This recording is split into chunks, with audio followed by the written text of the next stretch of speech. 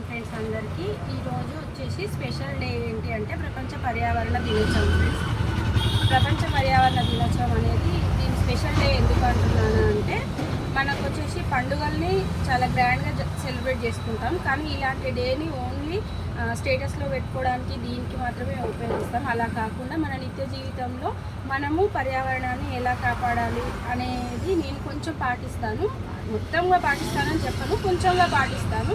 అది మీకు ఎలా పాటిస్తానో మీకు చెప్తాను ఫ్రెండ్స్. చూడండి ఫ్రెండ్స్, ఇవి వచ్చేసి స్టిక్కర్స్ కదా, మాది లేడీస్ ఎంపోరియం అనమాట. ఇప్పుడు ఇవన్నీ స్టిక్కర్స్ అండి. ఇప్పుడు స్టిక్కర్స్ అంటే మీకు వెళ్ళగానే నేను ఓన్లీ మనీ కోసమే ఆలోచించకుండా కొంచెం స్కిన్ గురించి స్టాండర్డ్ గురించి ఆలోచిస్తాను. ఓన్లీ సింధూరి, రెడ్ రోజ్ ఈ రెండు కంపెనీలే అమ్మడానికి ఎక్కువ ప్రయత్నిస్తాను.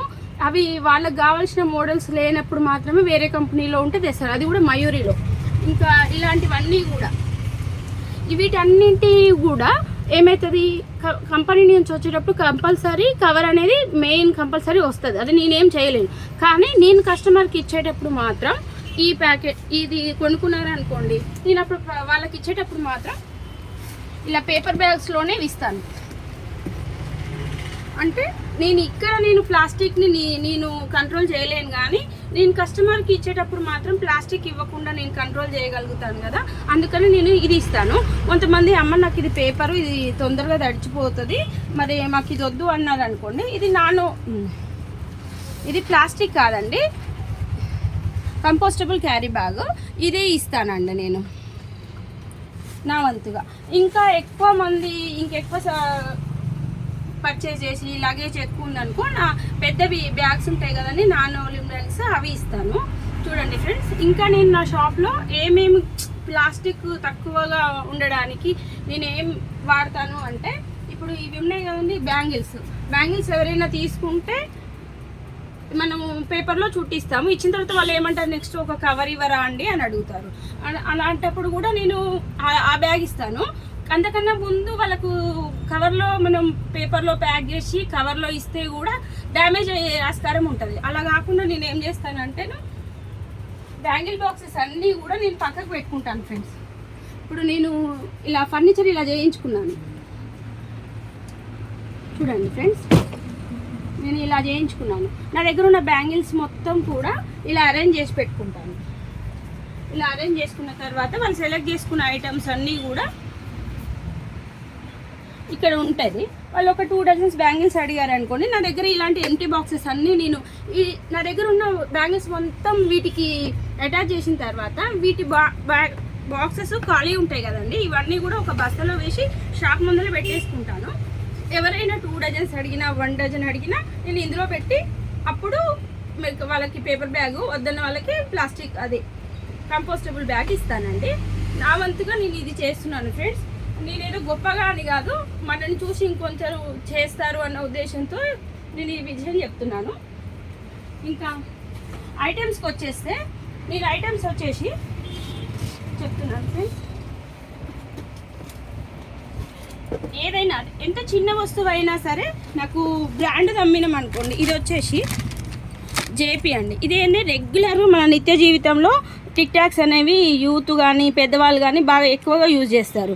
ఇదేముంది, మన ఇంటి ముందరికి బండి కానీ ఎక్కడికైనా బిగ్ బజార్ అది టిప్ టాప్ బజార్లా కానీ వెళ్తారు, ఒక 10 రూపీస్కో షీటో ఎంతో తెస్తారు, కానీ వీటికి స్టిఫ్నెస్ అనేది గట్టిగా ఉండదు. అందువల్ల ఏం చేస్తారు, వచ్చిన రోజులు వాడతారు, దాన్ని పాడేస్తారు.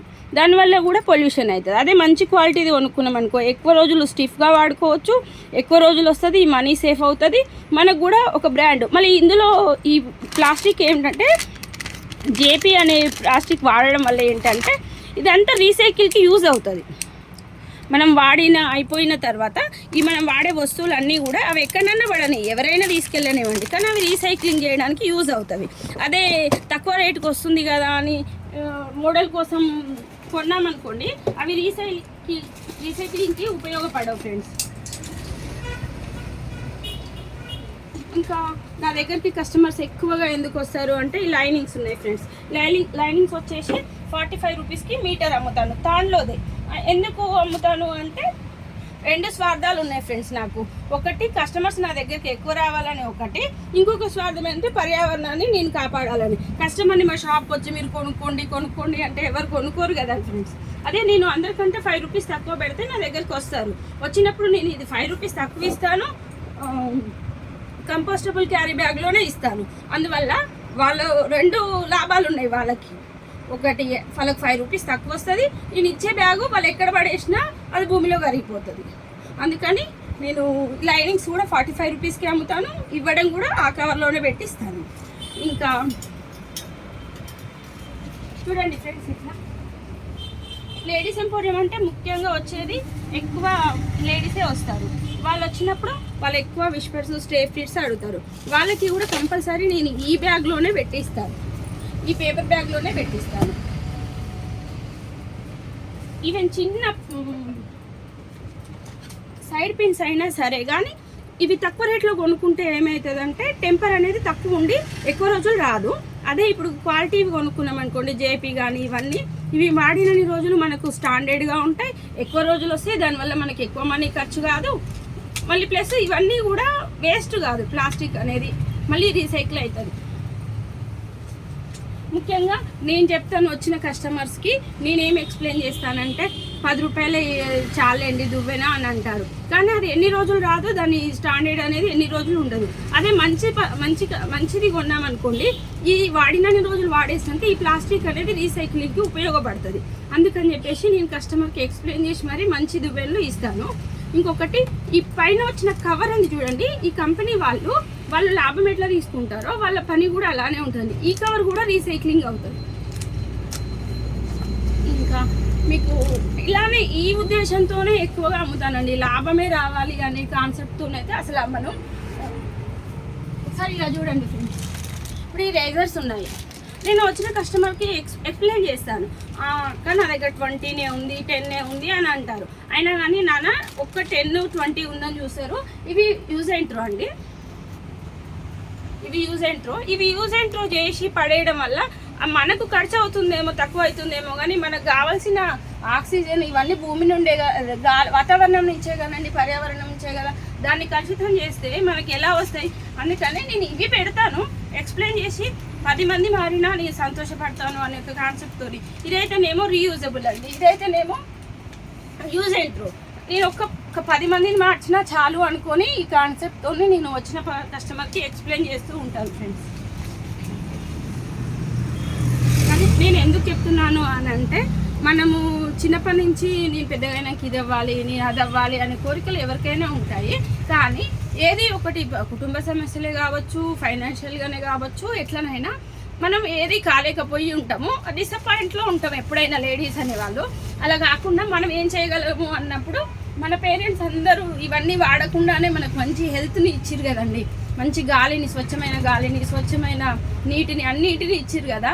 మనము అన్ని సరదాలకు పోయి వీటన్నిటిని కలుషితం చేసి నెక్స్ట్ జనరేషన్కి మనం మొత్తం పొల్యూట్ అయిన గాలిని, పొల్యూట్ అయిన వాటర్ని ఇస్తున్నాం కదా. ఇలా మనం చేస్తూ ఉంటే మన పిల్లలు నేర్చుకొని అందులో కొంచెమైనా పాటిస్తారు అని నేను ఇలా చేస్తున్నాను ఫ్రెండ్స్. మీరు కూడా చిన్నగా ఆడవాళ్ళు ఏదైనా, విమానం నడపడం ఆడవాళ్ళు నడుపుతానంటారు, ఏదైనా చేస్తానంటారుగా, పర్యావరణాన్ని కాపాడడం ఆడవాళ్ళు చేయలేరా? అందుకని మనం చేయగలిగింది కూడా చేయాలి.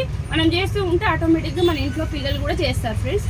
అంతే ఫ్రెండ్స్, నేను చెప్పాలనుకుంది ఇదే. అందరికీ ప్రపంచ పర్యావరణ దినోత్సవ శుభాకాంక్షలు ఫ్రెండ్స్.